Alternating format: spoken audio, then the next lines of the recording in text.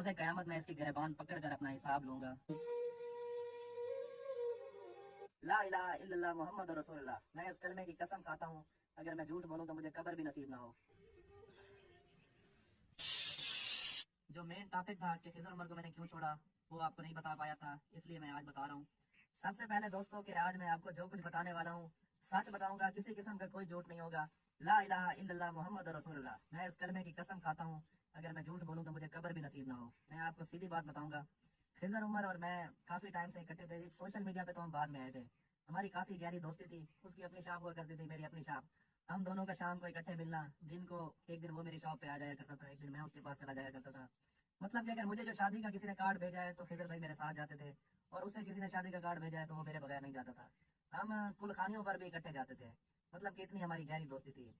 उसके बाद हमें टिकटॉक का शौक हुआ करता था, वो भी फ़कत एक फेम हासिल करने के लिए कि यार हम जहाँ पे गए हुए हैं लोग हमें जानते हों।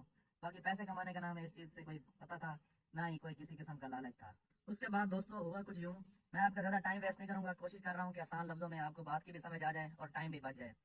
तो हमने वीडियोस तो टिकटॉक की बनाया करते थे। 2021 में हमारी पहली वीडियो टिकटॉक पर वायरल हुई थी। तब हमारे साथ वसीम लड़का और वो एक मोटा हुआ करता था, मौलवी साहब नहीं होते थे।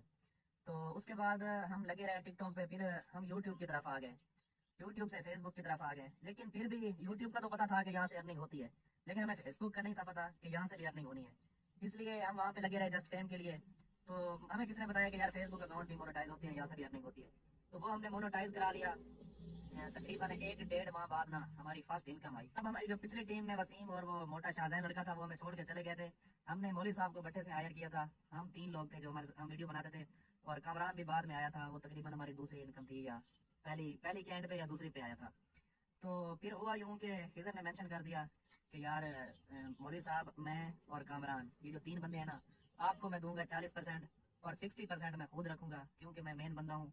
इस वजह से मेन बंदा हमने उसको इस वजह से बनाया हुआ था कि कोई भी काम हो, मतलब कि कोई घर भी हो ना, तो उसमें भी जब तक एक बड़ा ना हो तो वो नहीं चलता। इसलिए कोई भी काम हो तो एक बंदे का बड़ा होना ज़रूरी होता है।